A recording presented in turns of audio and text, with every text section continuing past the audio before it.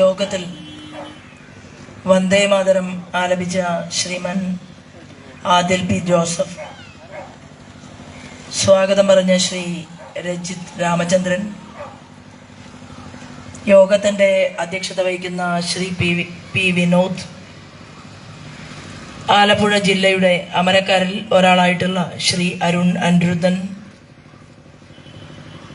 വേദിയിലുള്ള ശ്രീമൻ വിനോദ് കുമാർ, ബഹുമാനപ്പെട്ട LP Jayachandran, Shri K Pradeep, നിയോജക മണ്ഡലത്തിൻ്റെ അധ്യക്ഷൻ mister Kannan, general secretary Shriman Sumesh, ന്യൂനപക്ഷ നേതാക്കളായിട്ടുള്ള ശ്രീമൻ ഡാനി രാജ്, ശ്രീ വർഗീസ്, ശ്രീ S അജയകുമാർ, വേദിയിലും സദസ്സിലുമുള്ള സ്നേഹനിധികളായിട്ടുള്ള സഹോദരീ സഹോദരന്മാരെ, ഏവർക്കും ഹൃദയപൂർവ്വം നമസ്കാരം.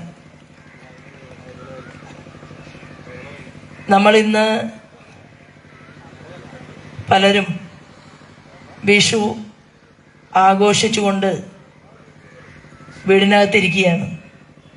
ആ സമയത്ത് ഭാരതീയ ജനതാ പാർട്ടിയുടെ ഒരു യോഗത്തിൽ പങ്കെടുക്കാൻ വേണ്ടി ഇത്രയും ആളുകൾ ഈ ഏരിയയിൽ ഒരുമിച്ച് കൂടുന്നത് വളരെ സന്തോഷകരമായിട്ടുള്ള ഒരു കാര്യമാണ്.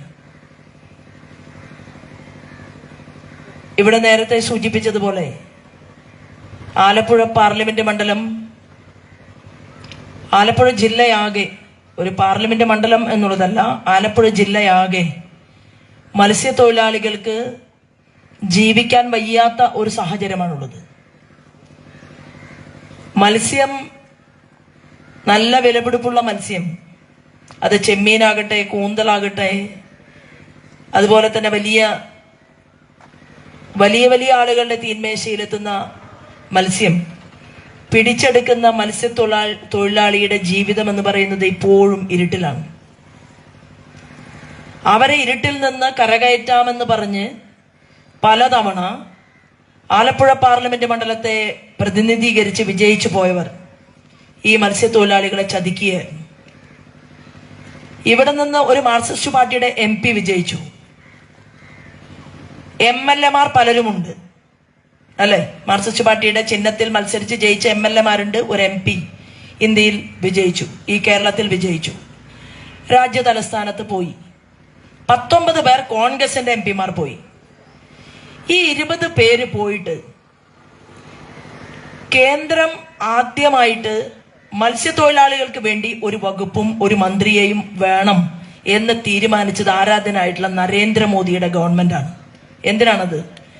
ഈ രാജ്യത്തിന്റെ, ഭാരത രാജ്യത്തിന്റെ എല്ലാ തീരദേശത്തും ജീവിക്കുന്ന മനുഷ്യർ, അവർ ഈ സമൂഹത്തിന് ഏറ്റവും കൂടുതൽ അവർ കഷ്ടപ്പെടുകയും പണിയെടുക്കുകയും പങ്കായം പിടിക്കുകയും കരുത്തുറ്റ കൈകളുമായിട്ട് നാട്ടിൽ എന്തെങ്കിലും ഒരു ബുദ്ധിമുട്ട് വന്നാൽ, ഒരു ദുരന്തമുണ്ടായാൽ, ഒരു വെള്ളപ്പൊക്കമുണ്ടായാൽ ഈ പാവങ്ങൾ കടലിൽ ഇറങ്ങുകയും മനുഷ്യരുടെ ജീവൻ രക്ഷിക്കുകയും ചെയ്യുന്നത് കൊണ്ട് ഈ രാജ്യത്ത് മുഴുവനുമുള്ള മത്സ്യത്തൊഴിലാളികളുടെ ജീവിത നിലവാരത്തെ ഉയർത്തണമെന്ന് ആഗ്രഹിച്ചുകൊണ്ടാണ് ശ്രീമാൻ നരേന്ദ്രമോദി പറഞ്ഞത് ഈ മത്സ്യമേഖലയാകമാനം മറ്റൊരു വകുപ്പിന്റെ കീഴിലാണ് ഉണ്ടായിരുന്നത്.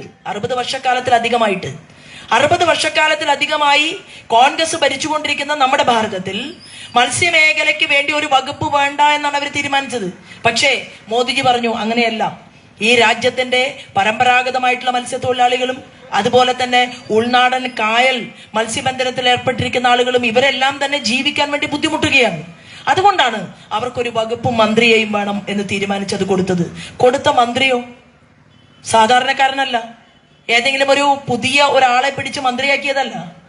ഗുജറാത്തിന്റെ മുഖ്യമന്ത്രിയാകാൻ യോഗ്യനായിട്ടുള്ള, ആരാധനായ നരേന്ദ്രമോദിയോളം തലപ്പൊക്കമുള്ള, അതിപ്രഗത്ഭനായിട്ടുള്ള, എത്രയോ വർഷമായിട്ട് രാഷ്ട്രീയ പ്രവർത്തനം നടത്തിക്കൊണ്ട് മുന്നോട്ട് പോകുന്ന മനുഷ്യരെ മനസ്സിലാക്കാൻ സാധിക്കുന്ന ഗുജറാത്തിൽ നിന്നുള്ള ഒരു പ്രഗത്ഭമതിയായിട്ടുള്ള ഒരാളെയാണ് ക്യാബിനറ്റ് മിനിസ്റ്ററായിട്ട് തീരുമാനിച്ചത്.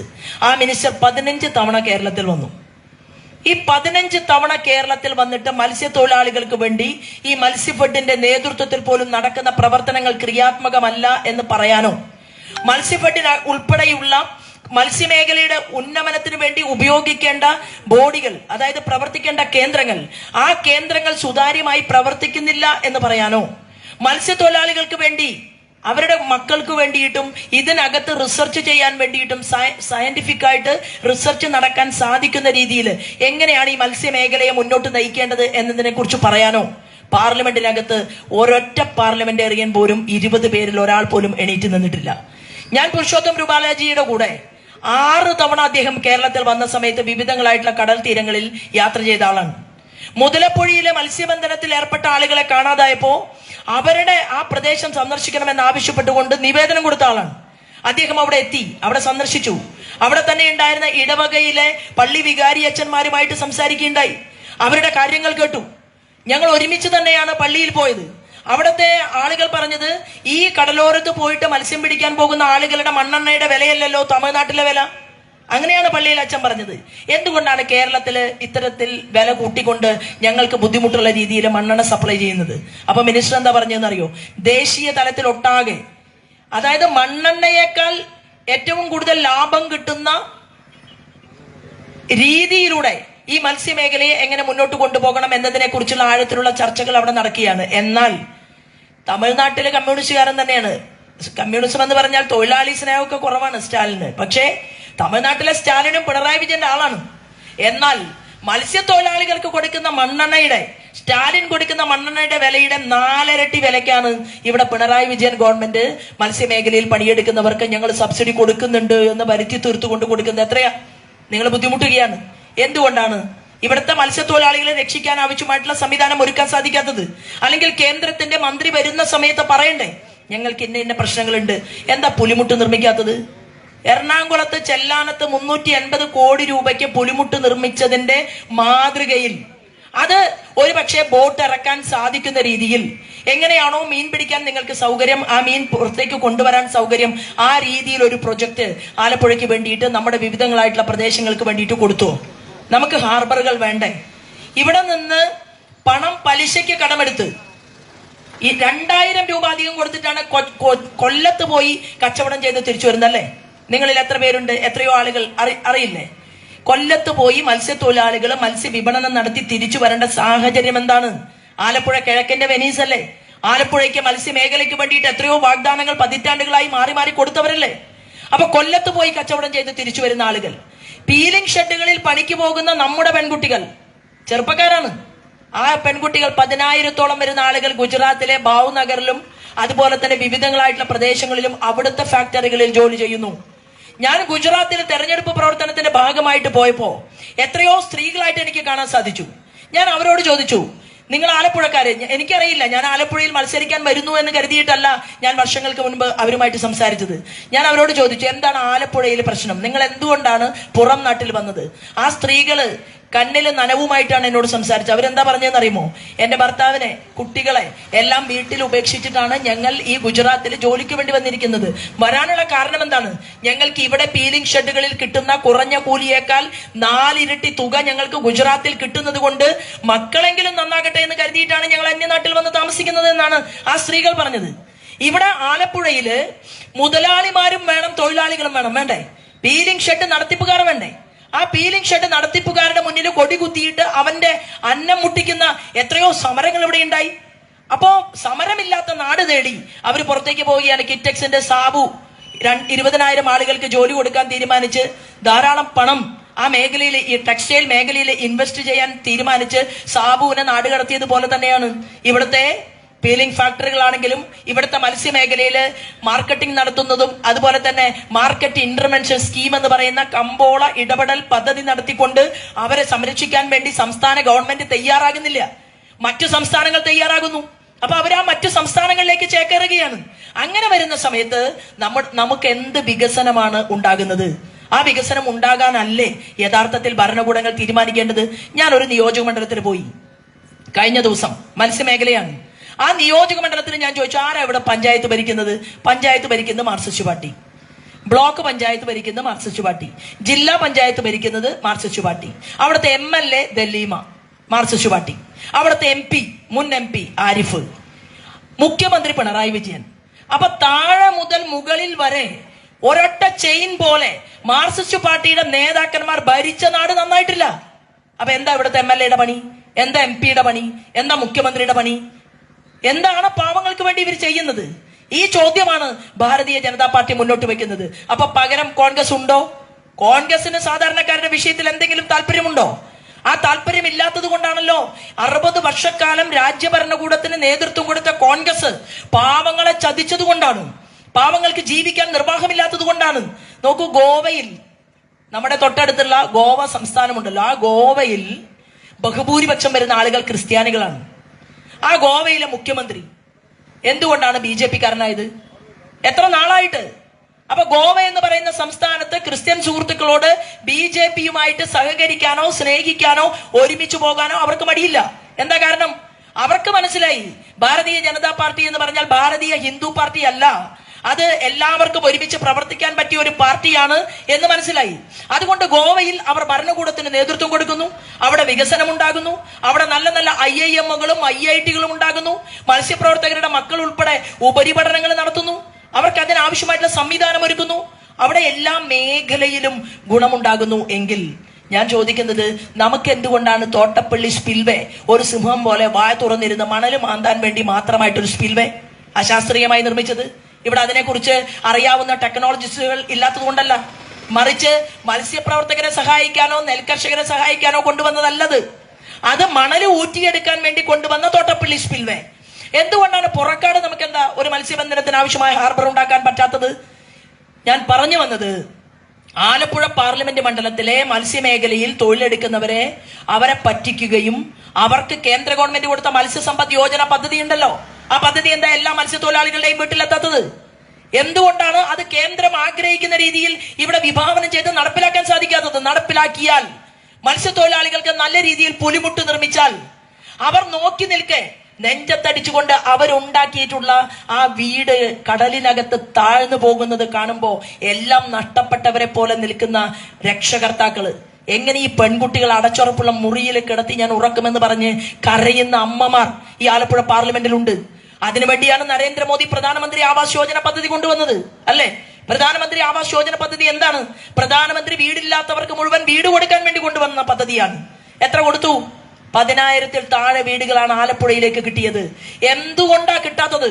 കിട്ടാത്തതിന്റെ കാരണം, മത്സ്യപ്രവർത്തകർക്ക് വീട് കൊടുത്താൽ, കർഷകർക്ക് വീട് കൊടുത്താൽ, ഓട്ടോറിക്ഷ ഓടിക്കുന്നവന് വീട് കൊടുത്താൽ, പാവപ്പെട്ട പച്ചക്കറി കടക്കാരന് പ്രധാനമന്ത്രിയുടെ വീട് കൊടുത്താൽ, പ്രധാനമന്ത്രി ആവാസ് യോജന പദ്ധതിക്കകത്ത് വീടിനകത്ത് കിടന്നുറങ്ങുന്നത് അത് ക്രിസ്ത്യൻ സുഹൃത്തിന്റെ മോനാണെങ്കിലും ഹിന്ദുവിന്റെ മകനാണെങ്കിലും മുസൽമാന്റെ മകനാണെങ്കിലും കുട്ടി അച്ഛനോടും അപ്പച്ചനോടും ഒക്കെ പറയും, എന്താണെന്നറിയോ?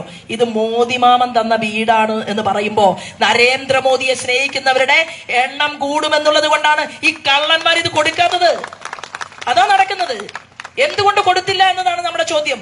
പ്രധാനമന്ത്രി ആവാസ് യോജന പദ്ധതി അത് അവഗണിക്കുന്നു, അത് വേണ്ട രീതിയിൽ കൊണ്ടുവരുന്നില്ല. ഒരു ആയുഷ് ഡിപ്പാർട്ട്മെന്റ് ഉണ്ട് കേരളത്തിൽ. ആരോഗ്യ വകുപ്പ് മന്ത്രി വീണയാണ്, കാണാനൊക്കെ നല്ല ആളാണ്, TV ചാനലില് അവതാരകയായിരുന്നു, പക്ഷെ ആരോഗ്യ വകുപ്പ് കൈകാര്യം ചെയ്തു. ഈ ആരോഗ്യ വകുപ്പ് അവർ കൈകാര്യം ചെയ്തുകൊണ്ടിരിക്കുമ്പോ കേരളത്തിലെ സ്ഥിതി എന്താണെന്നറിയുമോ? പണ്ട് ഒരു ലോട്ടറി ടിക്കറ്റ് വാങ്ങുമായിരുന്നു നമ്മളൊക്കെ. എന്തിനാണ്? ഞാനും വാങ്ങാറുണ്ട്. ലോട്ടറി ടിക്കറ്റ് അടിക്കില്ല എന്നും EP ജയരാജൻ ഉൾപ്പെടെയുള്ള ആളുകൾ കള്ള ലോട്ടറി അടിച്ച് ലക്ഷക്കണക്കിന് കൊണ്ടുവന്ന് ഇതിൽ മിക്സ് ചെയ്തിട്ടാണ് വിൽക്കുന്നത് എന്ന് അറിഞ്ഞിട്ട് കൂടി റോഡിൽ ലോട്ടറി കച്ചവടം ചെയ്യുന്ന ഒരു വയസ്സുള്ള അച്ഛനെയോ ഒരമ്മയെയോ കണ്ടാൽ ഞാൻ കാർ നിർത്തിയിട്ട് പറയും എന്റെ ഡ്രൈവറോട്, ഒരു ടിക്കറ്റിനുള്ള പൈസ കൊടുത്തോളൂ. ചില ആളുകൾ അത് സമ്മതിക്കില്ല, വെറുതെ അങ്ങനെ പൈസ വാങ്ങാനൊന്നും ആളുകൾ സമ്മതിക്കില്ല. അപ്പൊ അവര് പറയും ലോട്ടറി എടുക്കുകയാണെങ്കിൽ മാത്രം ഞങ്ങൾക്ക് പൈസ മതി, ലോട്ടറി ടിക്കറ്റ് എടുക്കും. ഇത് അടിക്കും എന്ന് അറിഞ്ഞിട്ട് എടുക്കുന്നതല്ല, കള്ള ലോട്ടറി ഇതിനകത്ത് മിക്സ് ചെയ്തിട്ടുണ്ട് എന്നറിയാതെ എടുക്കുന്നതല്ല. പക്ഷെ അത് കാരുണ്യ ലോട്ടറി എന്നുള്ള പേരിൽ ഇവിടെ കൊണ്ടുവന്ന് പാവപ്പെട്ടവർക്ക് അസുഖം വരുമ്പോ അവരുടെ ജീവിതമാർഗം, അവർക്ക് കിഡ്നി ഫെയിലിയറും ഹാർട്ട് അറ്റാക്കും റുമാറ്റിക് ഫീവറും ഒക്കെ ഉണ്ടായി അവരെങ്ങനെ ജീവിക്കണമെന്നറിയാതെ ഈ തൊഴിലാളികൾ ഗവൺമെന്റ് ആശുപത്രിയിൽ പോകുമ്പോ അവർക്ക് കിട്ടട്ടെ എന്ന് കരുതിയിട്ടാണ് ആ ലോട്ടറി ടിക്കറ്റ് എടുക്കുന്നത്. മനസ്സിലായില്ലേ? ആ ലോട്ടറി ടിക്കറ്റ് എടുത്ത് ഇവിടെ കാരുണ്യുണ്ട്, ഞങ്ങൾക്ക് ആയുഷ്മാൻ ഭാരത് പദ്ധതിയുടെ 5 ലക്ഷം രൂപ വേണ്ട എന്ന് പറഞ്ഞ ആളാണ് മുൻ ആരോഗ്യ വകുപ്പ് മന്ത്രി ശൈലജ ടീച്ചർ. ഇപ്പോഴത്തെ ആരോഗ്യ വകുപ്പ് മന്ത്രി. നിങ്ങളുടെ വീട്ടിലൊക്കെ കിട്ടിയോ 5 ലക്ഷത്തിന്റെ? കുറച്ചു പേർക്ക് കിട്ടിയിട്ടുണ്ടാവും. അപ്പൊ ആയുഷ്മാൻ ഭാരത് പദ്ധതിയുടെ കാർഡ് നരേന്ദ്രമോദിജി ഈ രാജ്യത്തെ ജനങ്ങൾക്ക് വേണ്ടി കൊടുക്കാൻ തീരുമാനിച്ച എന്തിനാണ്? ഒരച്ഛനും അമ്മയും കുട്ടികളും ജീവിക്കുന്ന വീട്ടില് അച്ഛനൊരു വലിയ രോഗബാധിതനായാൽ അച്ഛനെ ചികിത്സിക്കാൻ എവിടെ കൊണ്ടുപോകണം എന്നറിയാതെ കരയുന്ന കുട്ടികൾക്ക് വേണ്ടി ആ നരേന്ദ്രമോദി എന്ന് പറയുന്ന മനുഷ്യൻ, ഹൃദയവിശുദ്ധിയുള്ള മനുഷ്യൻ കൊടുത്തതാണ് 5 ലക്ഷം രൂപയുടെ ആയുഷ്മാൻ ഭാരത് പദ്ധതി. അദ്ദേഹത്തിന്റെ കാർഡുമായിട്ട് പോയാൽ മതി. അത് കൊടുക്കാൻ സൗകര്യമില്ല, ഞങ്ങൾക്ക് ഇവിടെ കാരുണ്യ പദ്ധതി ഉണ്ട് എന്ന് പറഞ്ഞ് ആ പദ്ധതിയുമില്ല, ഈ പദ്ധതിയുമില്ല. പാവങ്ങൾ എങ്ങനെ പോകും? അവസാനം ആലപ്പുഴ പാർലമെന്റ് മണ്ഡലത്തിലെ ജനങ്ങൾക്ക് മാത്രമായിട്ട് 22 ആശുപത്രികളെ നരേന്ദ്രമോദി എംപാനൽ ചെയ്യിച്ചു. ആ 22 ആശുപത്രികളിൽ നിങ്ങൾ പോയാൽ ആയുഷ്മാൻ ഭാരതിന്റെ കാർഡ് ഉണ്ടെങ്കിൽ 5 ലക്ഷം രൂപ നിങ്ങളുടെ ചികിത്സയ്ക്ക് വേണ്ടി സൗജന്യമായിട്ട് നരേന്ദ്രമോദി കൊടുക്കുകയാണ്. ഇതിനേക്കാൾ നല്ലൊരു പ്രധാനമന്ത്രി ഉണ്ടോ പ്രിയപ്പെട്ടവരെ? സുകന്യ സമൃദ്ധി പദ്ധതി കുട്ടികൾക്ക് വേണ്ടി. ഒരു വീട്ടില് ഒരു ചെറിയ പെൺകുഞ്ഞ് ജനിച്ചു വീണാൽ അവൾക്ക് വേണ്ടി 500 രൂപ കടലിൽ പോയി പണിയെടുക്കുന്ന നിങ്ങൾ നിക്ഷേപിച്ചാൽ പ്ലസ് 500 രൂപ നരേന്ദ്രമോദി ഇടുകയാണ്. എന്തിനാണ്? മോദിജി പറയുകയാണ്, പെൺകുട്ടികൾ പഠിക്കുന്നില്ല, പെൺകുട്ടികൾ മുന്നോട്ട് പോകുന്നില്ല. ബേട്ടി പഠാവോ ബേട്ടി ബചാവോ അദ്ദേഹത്തിന്റെ സ്വപ്ന പദ്ധതിയാണ്. ആ പെൺകുട്ടിയെ സുകന്യ സമൃദ്ധി പദ്ധതിയിൽ നിങ്ങൾ ചേർത്താൽ നിങ്ങൾ അവളെ 21 വയസ്സുവരെ നിങ്ങൾക്ക് അവളെ പഠിപ്പിക്കാൻ സാധിക്കും. ധാരാളം പണം ഒരു കൂട്ടി വെക്കാൻ സാധിക്കും. നിങ്ങൾ കൊടുക്കുന്നത് പോലെ തന്നെ ഞാൻ എന്റെ മകൾക്ക് വേണ്ടി ഞാനും അതിൽ പണം നിക്ഷേപിക്കുമെന്ന് പറഞ്ഞ ആരാധനായിട്ടുള്ള നരേന്ദ്രമോദിയുടെ പദ്ധതി സുകന്യ സമൃദ്ധി പദ്ധതി. ആ സുകന്യ സമൃദ്ധി പദ്ധതി എല്ലാവരും ചേർന്നോ? MLA പറയണ്ടേ? എല്ലാ വീടുകളിലും ഇത് എത്തിക്കണമെന്ന് പറയണ്ടേ? അതിനല്ലേ ഭരണകൂടം അല്ലെങ്കിൽ MP പറയണ്ടേ? നോക്കൂ, 300-ലധികം വരുന്ന കർമ്മ പദ്ധതികൾ ആവിഷ്കരിച്ചെടുത്തുകൊണ്ടാണ് ആരാധനായ നരേന്ദ്രമോദിജി ഈ രാജ്യത്തിന്റെ പ്രധാനമന്ത്രി പദവിയിൽ ഇരുന്നു കൊണ്ട് മുന്നോട്ട് പോകുന്നത്. അദ്ദേഹത്തിനെതിരായിട്ട് എങ്ങനെയെങ്കിലും സർവത്ര അഴിമതിക്കാരെയും കൂട്ടുപിടിച്ചുകൊണ്ട് കാലം എത്രയായി ലല്ലു പ്രസാദ് യാദവ് അധികാരത്തിലിരിക്കുന്നു, മുലായം സിംഗ് യാദവ് അധികാരത്തിലിരിക്കുന്നു, മായാവതി അധികാരത്തിലിരിക്കുന്നു, എത്രയോ ആളുകൾ. ഇവരൊക്കെ ഒരുമിച്ച് ചേർന്ന് നരേന്ദ്രമോദിയുടെ ഭരണത്തെ ഇല്ലായ്മ ചെയ്യാൻ ആഗ്രഹിക്കുകയാണ്. എങ്ങനെ? മുമ്പ് അടൽ ബിഹാരി വാജ്പേയി എന്ന് പറയുന്ന പ്രധാനമന്ത്രി ഈ രാജ്യം ഭരിച്ച സമയത്ത് 5.25 വർഷം കഴിഞ്ഞപ്പോ BJPയുടെ നേതൃത്വത്തിലുള്ള ഒരു ഗവൺമെന്റ് വേണ്ട, ഇവരെ എങ്ങനെയെങ്കിലും താഴെ ഇറക്കണമെന്ന് തീരുമാനിച്ചുകൊണ്ട് പിണറായി വിജയന്റെ പാർട്ടിക്കാർ മുഴുവൻ ഇവിടെ നിന്ന് ജയിച്ചു പോയവര് ഡൽഹിയിലെത്തിയപ്പോ അടൽ ബിഹാരി വാജ്പേയിക്കെതിരായി കോൺഗ്രസിന് വേണ്ടി കൈപ്പൊക്കി. മൻമോഹൻ സിംഗ് ആയിരുന്നു അന്ന് പ്രധാനമന്ത്രി ആകേണ്ട അടൽജിക്ക് ഓപ്പോസിറ്റ് നിന്നത്. മൻമോഹൻ സിംഗിന് അനുകൂലമായിട്ട് കൈപ്പൊക്കിയത് നിങ്ങളുടെ വീട്ടിൽ വന്ന് കോൺഗ്രസുകാരനെ കുറ്റം പറഞ്ഞ് അമ്മച്ചി, ചേച്ചി, അമ്മായി, നിങ്ങൾ ഒരിക്കലും കോൺഗ്രസിന്റെ ചിഹ്നത്തിൽ വോട്ട് ചെയ്യരുത്, അവര് കള്ളന്മാരാണ് എന്ന് പറഞ്ഞ് വോട്ട് വാങ്ങി ജയിച്ച് ഡൽഹിയിൽ ചെന്നപ്പോ ഡോക്ടർ മൻമോഹൻ സിംഗിന് അനുകൂലമായി കൈ ഉയർത്തി. അങ്ങനെയാണ് 1ാം UPA ഗവൺമെന്റ് ഉണ്ടായത്. ആ 1ാം UPA ഗവൺമെന്റും പിന്നീട് വന്ന 2ാം UPA ഗവൺമെന്റും 10 വർഷക്കാലം ഈ രാജ്യത്തെ ജനങ്ങൾക്ക് വേണ്ടി ക്രിയാത്മകമായ പദ്ധതികൾ ആവിഷ്കരിക്കാതെ നമ്മുടെ നാടിന്റെ സാമ്പത്തിക മേഖല അധപ്പതനത്തിലേക്ക് നീങ്ങുന്നുവെന്ന് ലോകത്തെ സർവത്ര യൂണിവേഴ്സിറ്റികളും കണക്കെടുപ്പ് നടത്തുകയും രാജ്യം തകരാൻ പോവുകയാണ് എന്ന് പറഞ്ഞ അവസ്ഥയിൽ നിന്നാണ് നമ്മുടെ നരേന്ദ്രമോദിജി തുടങ്ങിയത്. ഇന്നെന്താ സ്ഥിതി? ഇന്ന് ലോകത്തെ എവിടെ പോയാലും എന്താ പറയുന്നത്? BJPയുടെ സ്ഥാനാർത്ഥി കാണാൻ പാടില്ല. എന്താ കുഴപ്പം? അത് മുസ്ലിമിനെതിരാണ്. ആണോ? ഭാരതീയ ജനതാ പാർട്ടി ഒരു മുസ്ലിമിനും എതിരല്ല, ഒരു ക്രിസ്ത്യാനിക്കും എതിരല്ല. ഇതൊരു പ്രസ്ഥാനമാണ്, രാജ്യത്തിന് വേണ്ടി പ്രവർത്തിക്കുന്ന ഒരു പ്രസ്ഥാനം. മിസ് കോൾ അടിച്ച് മെമ്പർഷിപ്പ് എടുക്കാൻ വേണ്ടിയിട്ട് അമിത്ഷാ പറഞ്ഞപ്പോ ഇന്നത്തെ മുസ്ലിം ലീഗ് പാർട്ടിയിൽ ഉള്ളതിനേക്കാൾ മുസ്ലിങ്ങൾ നമ്മുടെ പാർട്ടിയിൽ ഇന്ത്യ മഹാരാജ്യത്ത് ഭാരതീയ ജനതാ പാർട്ടിയുടെ മെമ്പർമാരായിട്ട് പ്രവർത്തിച്ചു കൊണ്ടിരിക്കുന്ന ഒരു പാർട്ടിയാണ് ഭാരതീയ ജനതാ പാർട്ടി. അങ്ങനെയുള്ള ഒരു പാർട്ടിയിൽ ഇവിടുത്തെ ജനക്ഷേമകരമായിട്ടുള്ള പദ്ധതികൾ ചെയ്യാൻ ആവിഷ്കരിക്കാൻ വേണ്ടി തീരുമാനിച്ച് ഉറപ്പിച്ചുകൊണ്ട് മോദിജി മുന്നോട്ട് പോവുകയും അതിനാവശ്യമായ കാര്യങ്ങളെല്ലാം നടപ്പിലാക്കുകയും ചെയ്തുകൊണ്ടിരിക്കുമ്പോ എന്തിനാണ് ആലപ്പുഴ പാർലമെന്റ് മണ്ഡലത്തിൽ നിന്ന് ഒരാൾ ജയിച്ച് ഡൽഹിയിലേക്ക് പോകേണ്ടത് എന്ന് ഈ നാട്ടുകാർ ചിന്തിക്കണം. എന്തിനാണ്? നിങ്ങളുടെ ആവശ്യങ്ങൾ അവിടെ പോയി പറയാനാണ്. KC വേണുഗോപാല് പോയാൽ നിങ്ങളോടൊപ്പം ചേർന്ന് നിന്ന് നിങ്ങളുടെ ആവശ്യങ്ങൾ പറഞ്ഞ് 300 പദ്ധതികൾ നിങ്ങൾക്ക് വേണ്ടി വാങ്ങിക്കൊണ്ടുവരുമോ? ഇത് നരേന്ദ്രമോദിയാണ് ചെയ്തത് എന്ന് ഇവിടുത്തെ ജനങ്ങൾക്കറിയാം. ചെയ്യില്ല. മുൻ MP പോയാലോ? അദ്ദേഹത്തിന്റെ ചിന്ത എന്താണ്? ഒരു കാരണവശാലും BJP കേരളത്തിൽ പച്ചപിടിക്കരുത് എന്ന് ആഗ്രഹിക്കുന്ന ഒരു MP അവിടെ പോയി നരേന്ദ്രമോദിയോട് കാര്യങ്ങൾ ചർച്ച ചെയ്ത് തോട്ടപ്പള്ളിയിലെ ജനങ്ങൾക്ക് ഈ പ്രശ്നമുണ്ട്, പുറക്കാട് മേഖലയിൽ ഇങ്ങനെ ഒരു പ്രശ്നമുണ്ട്, അവിടുത്തെ നെൽകർഷകർക്ക് പ്രശ്നമുണ്ട്, ആലപ്പുഴ പാർലമെന്റ് മണ്ഡലത്തിൽ നമുക്ക് ഇനിയും എലിവേറ്റഡ് ഹൈവേകൾ വേണം, നമുക്ക് നല്ല തരത്തിലുള്ള ഇൻസ്റ്റിറ്റ്യൂട്ടുകൾ വേണം, നമ്മുടെ കുട്ടികൾക്ക് പഠിക്കാൻ വേണ്ടിയിട്ട് എന്ത് വേണം? നഴ്സിംഗ് മേഖലയിൽ പഠിക്കുന്ന ആളുകളുണ്ട് നമ്മുടെ നാട്ടിൽ, പെൺകുട്ടികൾ, അവർക്ക് നല്ല ഇൻസ്റ്റിറ്റ്യൂട്ട് വേണം. ഇതൊക്കെ പോയി അവര് പറഞ്ഞ് വാങ്ങിയെടുക്കുമെന്ന് നിങ്ങൾ ആരെങ്കിലും കരുതുന്നുണ്ടോ? അങ്ങനെ വാങ്ങിയെടുത്തിരുന്നുവെങ്കിൽ ഈ മഹാൻ മന്ത്രിയായ കാലത്ത് ആലപ്പുഴ പാർലമെന്റ് മണ്ഡലം വികസിക്കണ്ടേ? പലതും കിട്ടണ്ടേ? കിട്ടിയില്ലല്ലോ. ഇപ്പൊ കാസർഗോഡ് മുതൽ തിരുവനന്തപുരം വരെ റോഡ് വെട്ടാൻ നരേന്ദ്രമോദി തീരുമാനിച്ചപ്പോ ആ റോഡിന്റെ വികസന പ്രവർത്തനങ്ങളുടെ നേതൃത്വം കൊടുക്കുന്ന ഗതാഗത വകുപ്പ് മന്ത്രി ഗഡ്കരി തീരുമാനമെടുത്തപ്പോ ആലപ്പുഴക്കാരെ മാത്രം ഒഴിച്ചിടാൻ പറ്റുമോ? റോഡ് കാസർഗോഡ് നിന്ന് വെട്ടി തുടങ്ങിയ തിരുവനന്തപുരത്ത് എത്തില്ലേ? അപ്പൊ ആലപ്പുഴയ്ക്കും കിട്ടി നല്ല ഹൈവേ. ആരാ കൊടുത്തത്? 2260 കോടി രൂപ ചെലവ്. ആർക്ക് വേണ്ടി?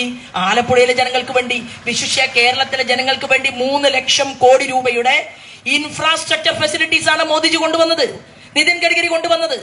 നോക്കും, 20 സുവർണ കോറിഡോറുകൾ ഉണ്ടാക്കാനാ മോദി ഗവൺമെന്റ് പറഞ്ഞത്.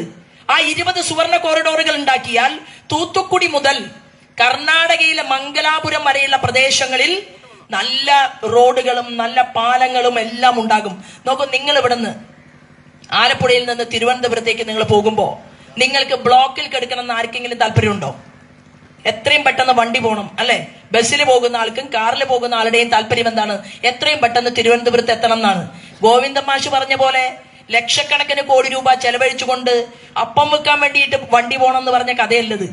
ഇത് എല്ലാ ജനങ്ങൾക്കും വേണ്ടി വാഹനങ്ങൾ പൊതുനിരത്തിൽ നല്ല സ്പീഡായിട്ട് പോകണം എന്നാഗ്രഹിച്ച്, സിംഗപ്പൂരിനേക്കാൾ ടൂറിസത്തിന് സാധ്യതയുള്ള നാട് ഈ കേരളമാണെന്നും അതിലൊന്ന് ആലപ്പുഴ പാർലമെന്റ് മണ്ഡലമാണെന്നും ആ ടൂറിസം മേഖലയുടെ വികസനം ഉണ്ടായി കഴിഞ്ഞാൽ ഇവിടുത്തെ കുട്ടികൾക്ക്, ചെറുപ്പക്കാർക്ക് ഉൾപ്പെടെ തൊഴിൽ കിട്ടുമെന്നും തീരുമാനിച്ച ആ മോദി ഗവൺമെന്റിന്റെ പ്രവർത്തനത്തിന് ഫലമായിട്ട് റോഡുകൾ അങ്ങനെ വികസന പ്രക്രിയയിലൂടെ പോയപ്പോ 2260 കോടി ആലപ്പുഴക്കാർക്ക് കിട്ടി. ബോർഡ് ആരാ വെച്ചത്?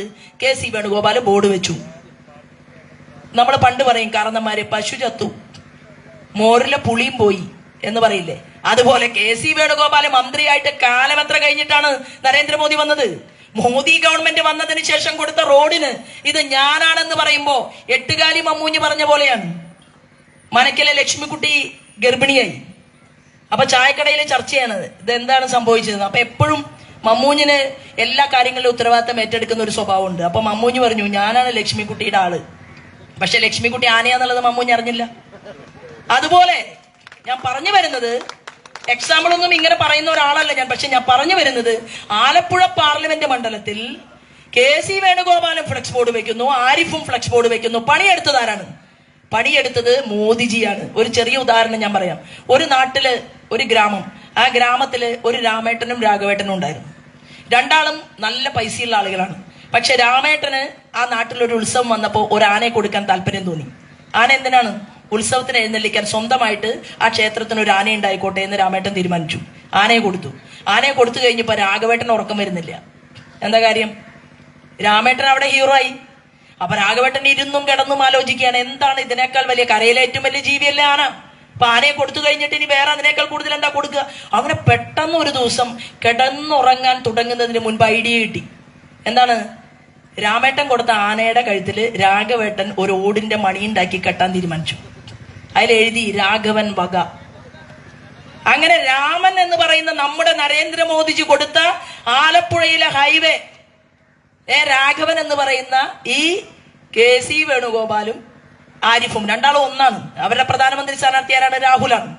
ഒരു ഓടിന്റെ മണി കെട്ടി എന്നിട്ട് എഴുതിയിരിക്കുകയാണ് KC വേണുഗോപാൽ വക, ആരിഫ് വക. ഒരു ചുക്കും ചുണ്ണാമ്പും ചെയ്തിട്ടില്ല. ഇത് ആരുടെയാണ്? ഇത് നിതിൻ ഗഡ്കരിയുടെ പദ്ധതിയാണ്, നമ്മുടെ ഗവൺമെന്റ് കൊടുത്തതാണ്. ആലപ്പുഴയിലെ വണ്ടാനം മെഡിക്കൽ കോളേജിനെ സൂപ്പർ സ്പെഷ്യാലിറ്റി ആക്കി മാറ്റി. ആരാ കൊടുത്തത്? നദ്ദാജി ആരാണ്? BJPയുടെ അഖിലേന്ത്യാ പ്രസിഡന്റ്. ഇപ്പോ അന്നാരായിരുന്നു?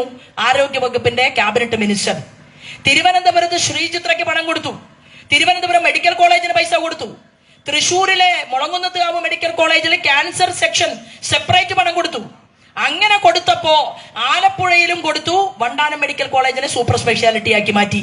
നിങ്ങൾക്കറിയോ, 1160 കോടി രൂപയ്ക്ക് മരുന്ന് വാങ്ങി കഴിക്കുന്നവരാണ് കേരളത്തിലെ ജനങ്ങൾ ഒറ്റ കൊല്ലം കൊണ്ട്. എവിടെയാ മരുന്നുണ്ടാക്കുന്നത്? ഇവിടെ ഒരു സ്ഥാപനമുണ്ട് അല്ലെ? ആ സ്ഥാപനത്തിലെ ക്യാൻസറിന്റെ മരുന്നില്ല, ഹാർട്ട് അറ്റാക്കിന്റെ മരുന്നില്ല, വലിയ അസുഖങ്ങളുടെ ഒരു മരുന്നുമില്ല. ആകെയുള്ളത് എന്താണെന്നറിയോ? തലവേദനയും പനിയുടെയും മാത്രമേ മരുന്നുള്ളൂ. എന്താ കാര്യം? മരുന്ന് വാങ്ങാൻ പുറത്ത് സ്റ്റേറ്റിലേക്ക് പോവാണ്. തമിഴ്നാട്, കർണാടക, ആന്ധ്ര, ഗുജറാത്ത്. 1150 കോടിയുടെ മരുന്ന് വാങ്ങുമ്പോ എത്ര പണം കേരളത്തിന്റെ മുഖ്യമന്ത്രിയുടെ പണപ്പെട്ടിയിലേക്ക് പോകുന്നുണ്ടാകും? നിങ്ങൾ ആലോചിച്ചാൽ മതി. കാരണം 47 കോടിക്ക് നരേന്ദ്രമോദി കൊടുത്ത റോഡിലെ ക്യാമറ വെക്കാമെന്ന് ജെയിംസ് പാലമറ്റം പറഞ്ഞു. ക്യാമറ വെക്കുമ്പോ ജെയിംസ് വെക്കാമെന്ന് പറഞ്ഞു. പക്ഷേ വേണ്ട. 60 കോടി തന്നാൽ, 60-67 കോടിക്കും ഇടയിൽ തന്നാൽ കോഴിക്കോട്ടുകാരൻ അൽഹിന്ദിന്റെ മുതലാളി ക്യാമറ വെക്കാമെന്ന് പറഞ്ഞു.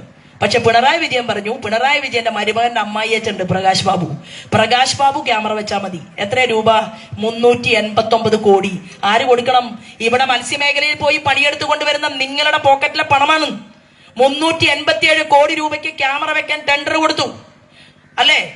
അങ്ങനെ അഴിമതി നടത്തുന്നവർ 1150 കോടി രൂപയുടെ മരുന്ന് വാങ്ങുമ്പോ ഒറ്റ കൊല്ലം കൊണ്ട് എത്ര കമ്മീഷൻ അടിക്കുന്നുണ്ടാകുമെന്ന് ഇവിടെ ഇരിക്കുന്ന നിങ്ങൾ ആലോചിച്ചാൽ മതി.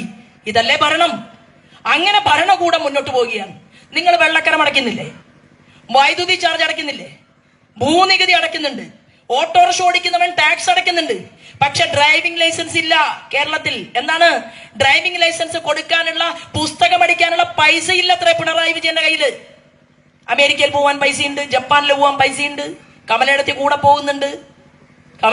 പോകുന്നുണ്ട്, വിരോധമൊന്നുമില്ല. പക്ഷേ എന്താ പറഞ്ഞത്? ക്ലോസറ്റിനെതിരെ സമരം, ട്രാക്ടറിനെതിരെ സമരം, കമ്പ്യൂട്ടറിനെതിരെ സമരം, മൊബൈൽ ഫോണിനെതിരെ സമരം. ഇതെല്ലാം തൊഴിലാളികൾക്കുള്ളതല്ല, മുതലാളി വർഗത്തിന്റെ സൂചകമാണ് എന്നാണ് സമരം നടത്തിയ കമ്മ്യൂണിസ്റ്റുകാരെ പറഞ്ഞു പഠിപ്പിച്ചത് അല്ലേ? എന്നിട്ടോ കമലയിടത്തി പോകുമ്പോ പാന്റിന്റെ ജീൻസിന്റെ 2 പോക്കറ്റിലും നല്ല മുന്തിയ ആപ്പിൾ ഫോൺ ഓരോന്നിരിക്കുന്നുണ്ട്. നമ്മൾ കണ്ടില്ലേ? അങ്ങനെ ആ ഫോണൊക്കെ വെച്ച് പോകും. അത് അവർക്ക് പറ്റും. പക്ഷേ നിങ്ങൾ ഇത്രയും ഖജനാവിലേക്ക് പണം കൊടുക്കുമ്പോ നിങ്ങളുടെ കുട്ടിക്ക് പഠിക്കാൻ നല്ല സ്കൂളില്ല, നല്ല കോളേജില്ല. 1 കോടി രൂപയാണ് പ്രധാനമന്ത്രി PM ശ്രീ പദ്ധതി. ഒരു സ്കൂളിലേക്ക് 1 കോടി രൂപ. ഈ കള്ളന്മാര് മേടിച്ചില്ല, അറിയോ നിങ്ങൾക്ക്? ഇവര് വേണ്ടാന്നാണ് എഴുതി കൊടുത്തത്.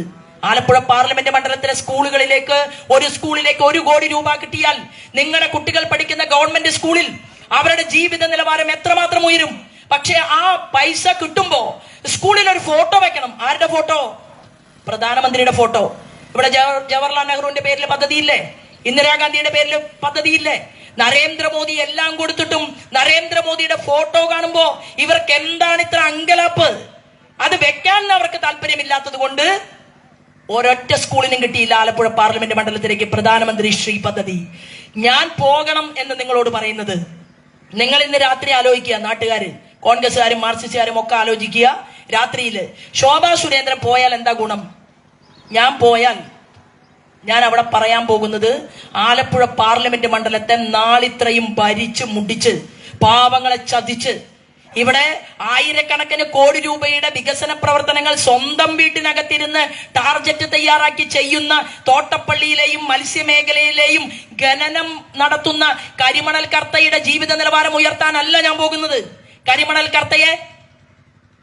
കരിമണൽ കർത്ത നടത്തുന്ന അഴിമതിക്കെതിരായിട്ട് പോരാട്ടം നടത്തിക്കൊണ്ടാണ് ഞാൻ നിങ്ങളുടെ മുന്നിൽ നിൽക്കുന്നത്.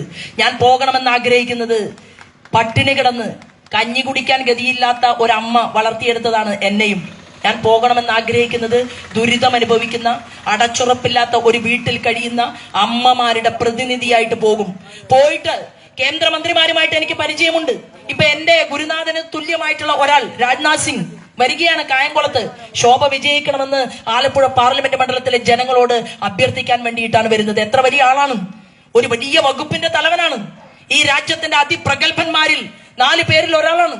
അദ്ദേഹം വരികയാണ് ആലപ്പുഴയിലെ ജനങ്ങളോട് സംസാരിക്കാൻ. ഞാൻ നിങ്ങളുടെ ശോഭ പോയാൽ പോരെ? എന്തിനാണ് ഈ കാലാകാലമായിട്ട് ഇങ്ങനെ നിങ്ങളെ ചതിച്ച ആളുകൾ പോകുന്നത് എന്ന് ഇവിടെ കൂടിയിട്ടുള്ള BJPയുടെ പ്രവർത്തകന്മാർ നിങ്ങളുടെ കൂട്ടുകാരായിട്ടുള്ള കമ്മ്യൂണിസ്റ്റുകാരോടും കോൺഗ്രസുകാരോടും ഇത്തവണ പോയി ചോദിക്കണം. പോയാൽ അവിടെ നരേന്ദ്രമോദിജിയുടെ വീട്ടിൽ പോയി ഞാൻ കാണും. ലോക്സഭയിൽ ഞാൻ ചർച്ച നടത്തും. എണീറ്റ് നിന്നുകൊണ്ട് നിങ്ങളുടെ മനസ്സിന്റെ ആവശ്യങ്ങൾ എണ്ണി എഴുതി തയ്യാറാക്കി കൊണ്ടുപോയി അവിടെ ചെന്ന് ചർച്ച നടത്താൻ, ചോദ്യങ്ങൾ ചോദിച്ച് ആവശ്യമുള്ള കാര്യങ്ങൾ നേടിയെടുത്ത് കൊണ്ടുവരാൻ നിങ്ങളുടെ സഹോദരിയായിട്ടുള്ള ശോഭയ്ക്ക് സാധിക്കും. എന്നാ പിന്നെ ഞാൻ പോയാൽ പോരെ? എന്തായാലും BJPയുടെ അഖിലേന്ത്യാ യോഗങ്ങളിൽ പങ്കെടുക്കാൻ ഡൽഹിയിലേക്ക് ഇടയ്ക്കിടയ്ക്ക് പോകുന്ന ഒരാളാണ്. അപ്പൊ ഞാൻ പോയാൽ പോരെ? ശമ്പളം കിട്ടുകയാണെങ്കിൽ അത് ആലപ്പുഴയിലെ പാർലമെന്റിലെ കുട്ടികൾക്ക് വേണ്ടി ഉപയോഗിച്ചുകൂടെ?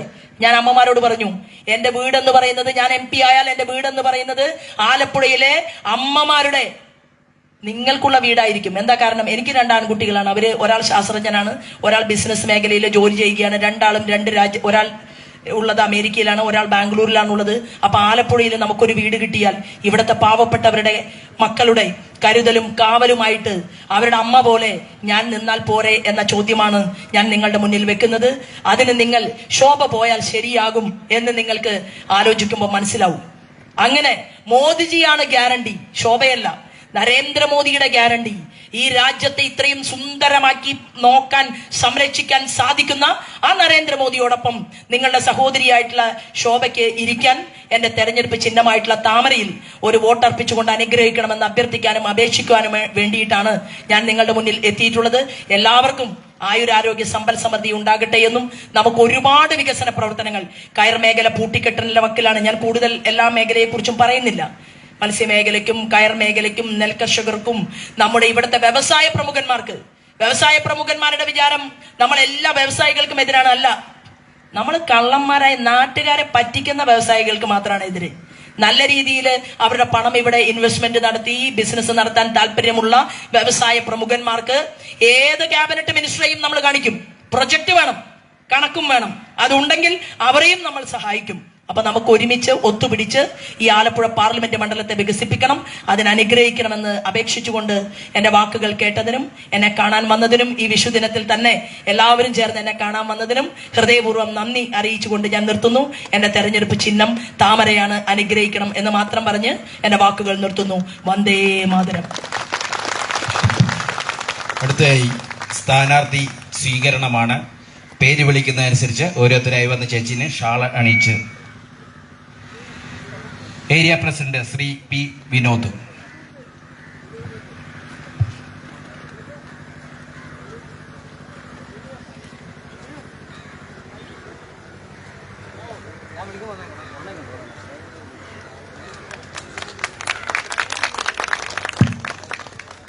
Area general secretary Shri Rajith Ramachandran.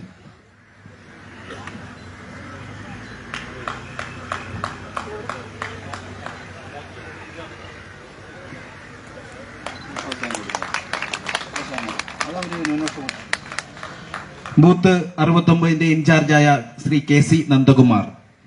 പേര് വിളിക്കുന്നതനുസരിച്ച് കയറി പോരുകയാണ്. Unnikrishnan booth president. Biju booth secretary. 70 booth in charge Shri Varghese. Booth president Ratheesh KC. 71 booth president Shri Pradeep. Booth 72 booth president Arun C. P Shaji.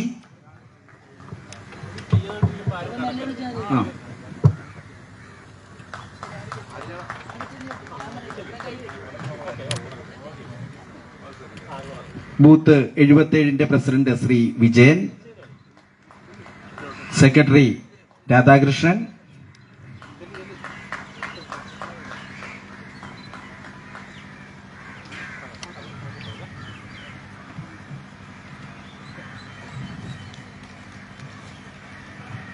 Booth 78 in charge Shri Nadesh. Booth president Shri Arun. Booth secretary Shri Alphonse. Booth 79 president Shri Sinosh. Shri Satheesan secretary.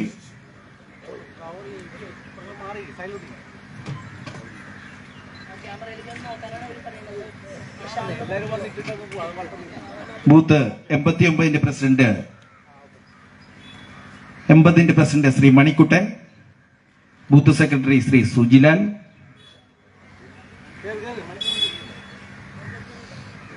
Booth 81 president Shri Deepankuran.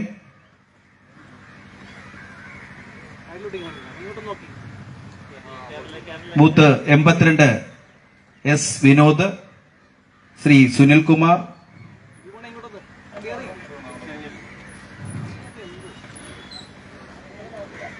Booth 83 Shaji booth president.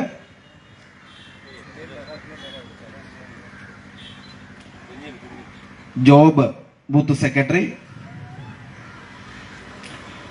Booth 84 Sunilkumar P president. Raju booth secretary. Booth 85 Roy booth president. Thomas K Pius. Booth 92 S Sujesh president. Vishnudas, booth secretary. Shri Vineesh.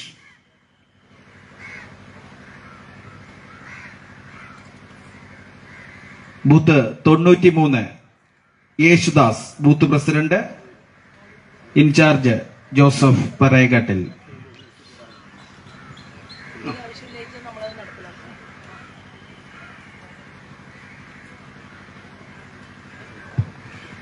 അടുത്തായി ന്യൂനപക്ഷ മോർച്ച മുല്ലയ്ക്കൽ മണ്ഡലത്തിന്റെ ഒരു ഉപഹാരം സമർപ്പിക്കുകയാണ്.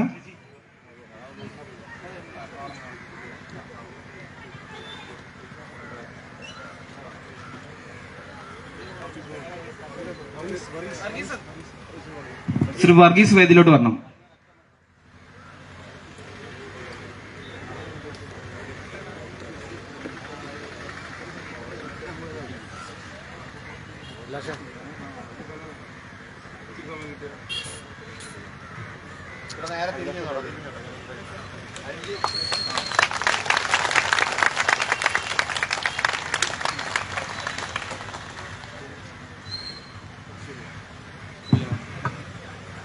ശ്രീ അശ്വതി.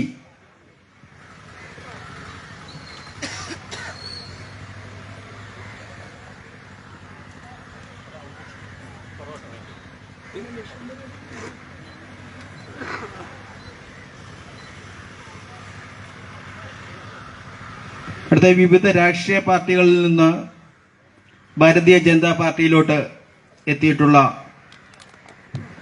ആൾക്കാരെ shawl അണിയിച്ച് ശ്രീ ശോഭ സുരേന്ദ്രൻ സ്വീകരിക്കുകയാണ്.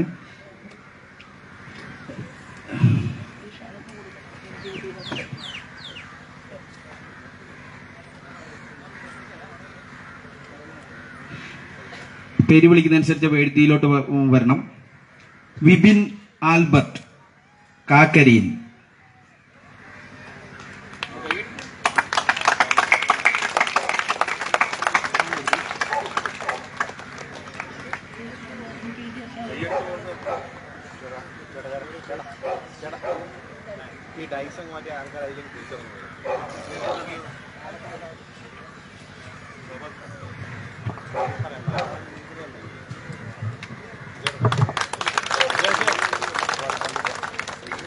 Shri Jisha Vijayan, കാക്കരിയിൽ.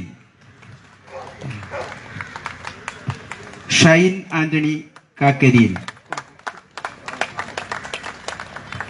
Roy K S, കാക്കരിയിൽ. ലൈല റോസ്, പൊന്നാംപുരയ്ക്കൽ.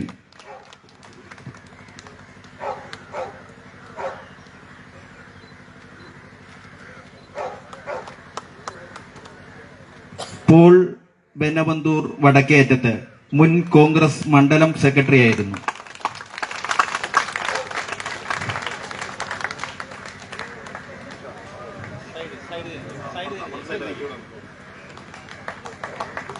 ബീന സ്റ്റീഫൻ, വടക്കേത്തയിൽ. ജോസഫ്, പള്ളിക്കേത്തയിൽ.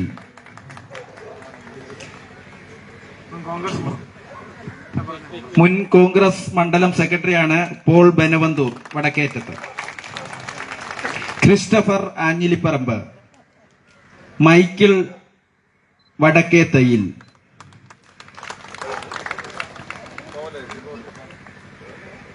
സെഫിൻ, വെളിയിൽ.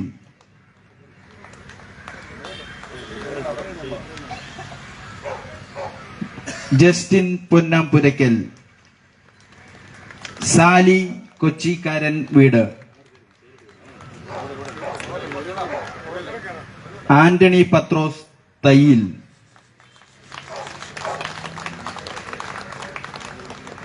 റോയി സിമിയാൻ, കാക്കരിയിൽ.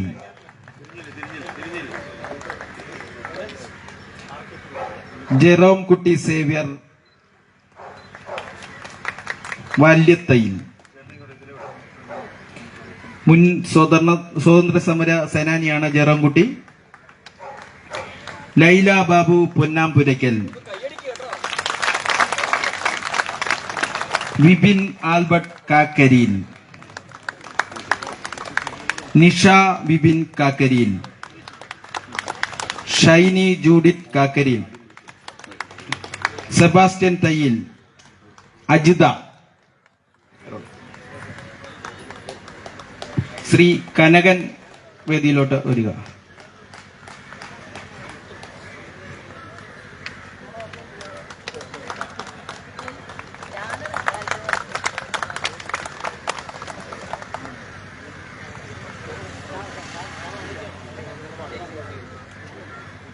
സ്ഥാനാർത്ഥിനെ സ്വീകരിക്കാൻ വേണ്ടി ശ്രീ അജിതയെയും കനകരാജനെയും ക്ഷണിച്ചോളുന്നു.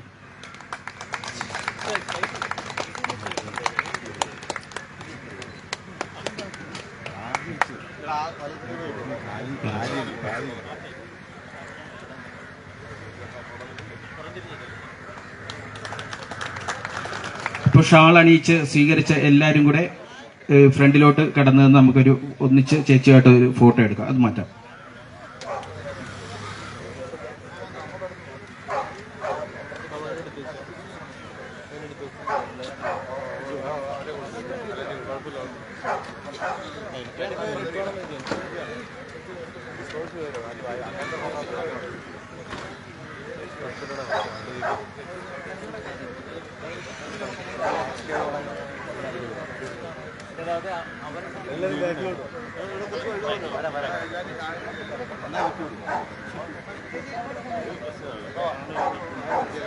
അതങ്ങ് എടുത്ത് മാറ്റിയേ അല്ലേ?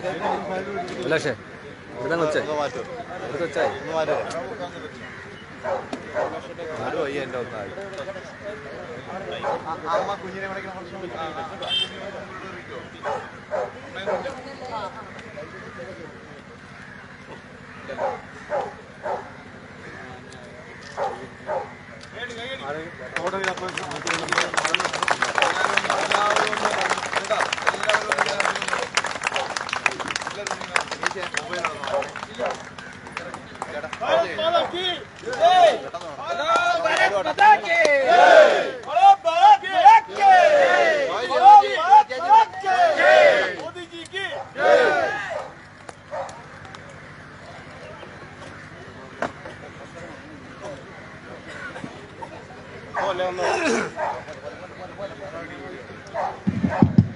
നന്ദി പറയുന്നതിനായി ന്യൂനപക്ഷ മോർച്ച മണ്ഡലം പ്രസിഡന്റ് ജോസഫ് പാറേക്കാട്ടിനെ ക്ഷണിച്ചോളുന്നു.